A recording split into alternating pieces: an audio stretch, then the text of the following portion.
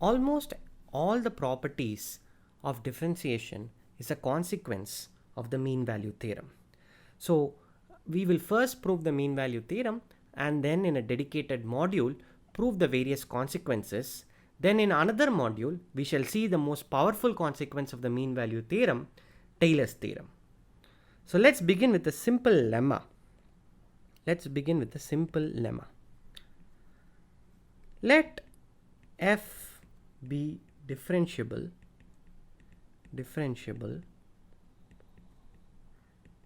on open interval a less than b, just to ensure that it's not the empty set. Suppose for some c in AB, f attains its maximum at C. What I mean by this is, that is, f of x is less than or equal to f of c for all x in AB. This is a point of maximum of the function f. Then f prime at c is 0. The derivative of a function at a point where it attains its maximum in the open interval AB is always going to be 0. And the proof of this is directly from the very definition of the Newton quotient. So let's take the derivative at c. So this f prime of c is nothing but limit h going to 0 of f of c plus h minus f of c by h. Okay. Now note that the numerator is always going to be less than or equal to 0. The numerator has to be negative. Why is that? Because the point of maximum is at c. So the numerator is non-positive. That's the correct way to say it. The numerator is non-positive. But the denominator could be positive or negative depending on whether h is greater than 0 or h is less than 0. So if h is less than 0, then the above limit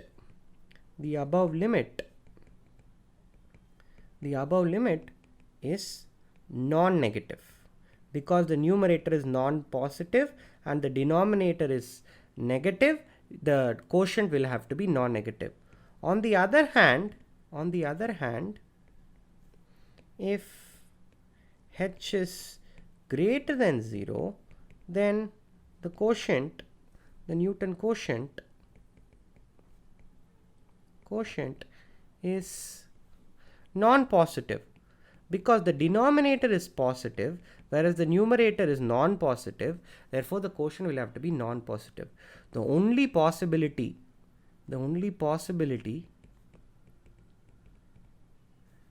is f prime of c equal to 0. As you approach from the right and the left, the signs are different. Therefore at the point c, the only possibility is that f prime of c is 0. Okay, that was rather easy. We immediately get a nice consequence of this, which you might have heard is called Rolle's theorem. Rolle's theorem.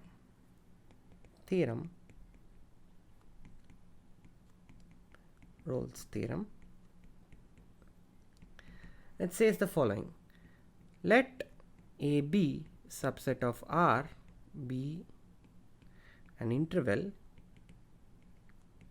a less than b. Suppose f is continuous on the closed interval AB, differentiable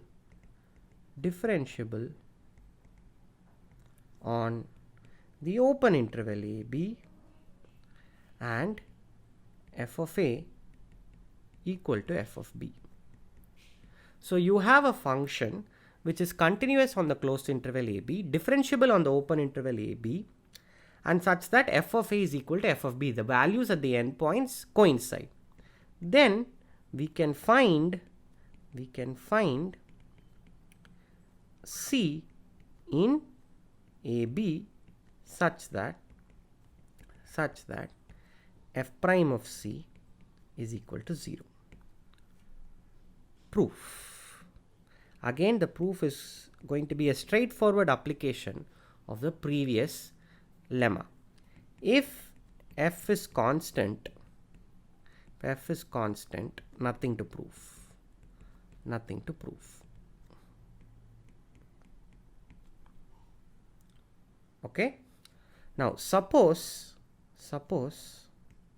for some x greater than a but less than b, f of x is greater than f of a. We are assuming now that the function is non-constant. First, we make the assumption that at some point in the open interval AB, f of x is greater than f of a. Because AB is compact, f attains its maximum somewhere at some point C in the closed interval AB. But the endpoints, the values are equal, and we already know that f of x is greater than f of a. So in fact C must belong to the open interval AB. Because of this, the endpoints, the values are same. Somewhere in the interior at the point x, it's greater than f of a. There must be a point C in the open interval AB on which the maximum is assumed. Here I'm using the fact that continuous functions on compact sets attains its maxima and minima. Right? I'm just going to use the maximum. Then f prime of C is 0 by previous lemma.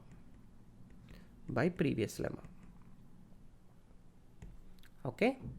Now the other case is suppose f of x is less than f of a for some x in open interval AB.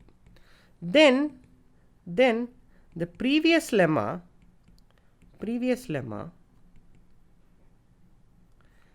can be rephrased for minima. The same proof with a very minor modification will tell you that at a point of minima also the derivative is 0. Exact same proof, just slight modification for minima, and the above proof can also be modified.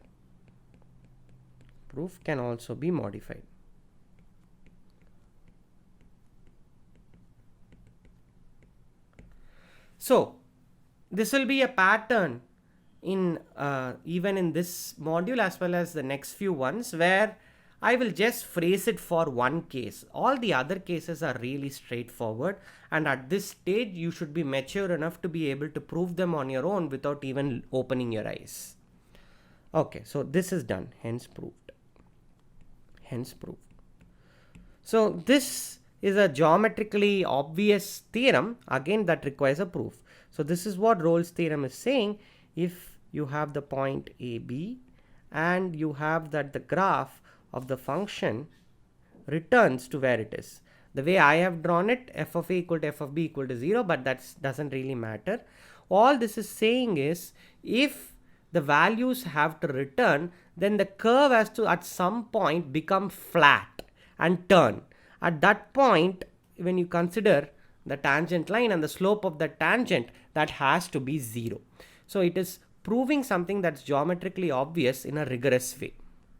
Now we come to Lagrange's mean value theorem. Since this is going to be again and again used, I'll just abbreviate it as MVT so that there is economy. Let again f from AB to R be continuous and differentiable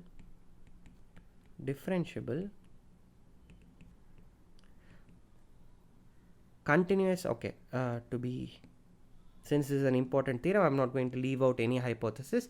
Let f from AB to R be continuous on AB and differentiable on open interval AB. Okay, again A is less than B. Then there exists a point C in the open interval AB such that f of B minus f of A is equal to f prime at C times B minus A. Okay. Now this result might seem mystifying, and you can immediately dispel this mysticism by a simple picture. So suppose you have some function. Suppose you have some function like this. Now this result, if you have f of b equal to f of a, the left hand side is 0. Therefore this result is actually proved as Rolle's theorem when f of b equal to f of a. But we might not have f of b equal to f of a, right, in general. So what this is saying is, if you join this, the slope of this line, the slope is f of b minus f of a by b minus a. This is from high school analytic geometry. The slope of the line is given by f of b minus f of a by b minus a. Now what we are going to do is, we are going to view this function sort of as a graph over this line. We are going to view this function as a graph over this line and then apply Rolle's theorem. Okay, so all this is saying is, if I view this function as a graph over this line, there will be a point where the slope will be parallel. Okay, so if I am viewing this as a graph, that means that function's derivative at this point is actually 0. Fine. So this is a bit vague, but the proof will make it very clear what is happening. Proof. Now we want to apply Rolle's theorem.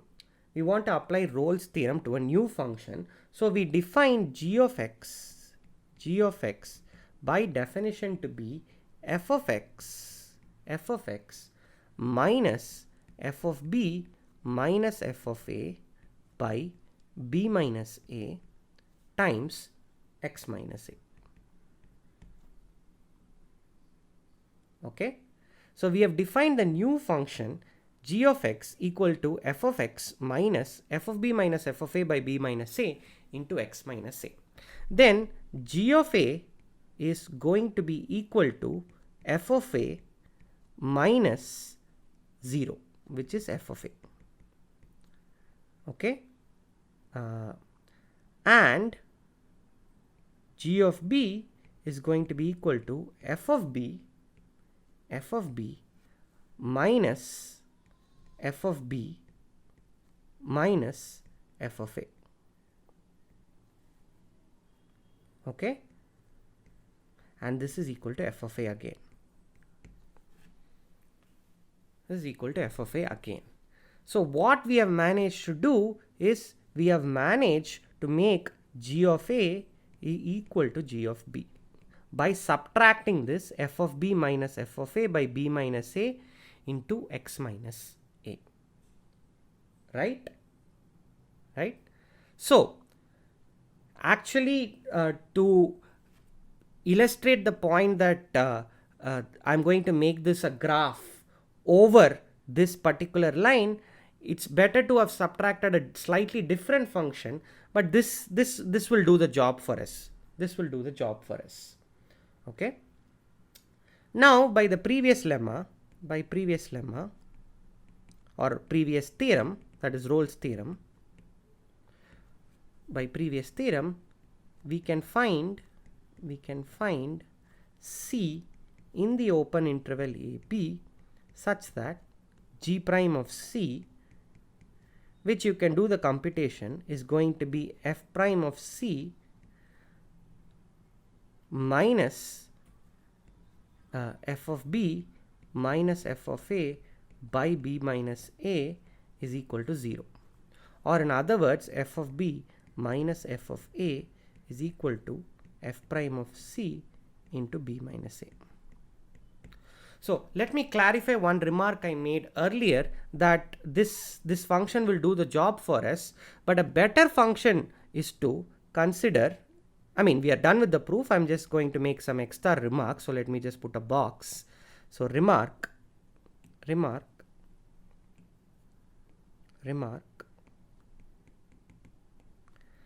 line passing through F of A and B F of B is the graph of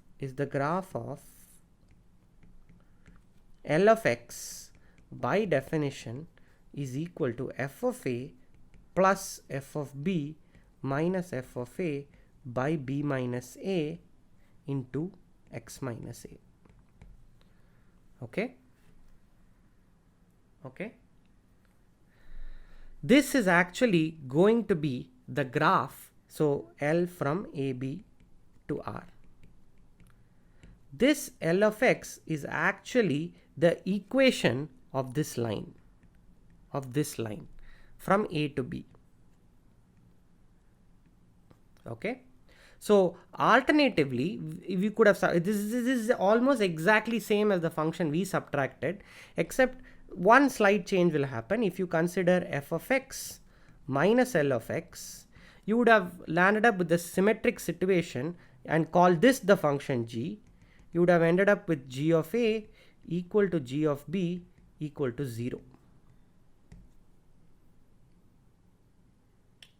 Okay, you would have landed up with this nice symmetric situation where G of A equal to G of B equal to 0. That's the only difference. Fine. You could have applied the Rolle's theorem now and concluded the proof. So from the next module onwards, we shall see applications of the mean value theorem. This is a course on real analysis and you have just watched the module on the mean value theorem.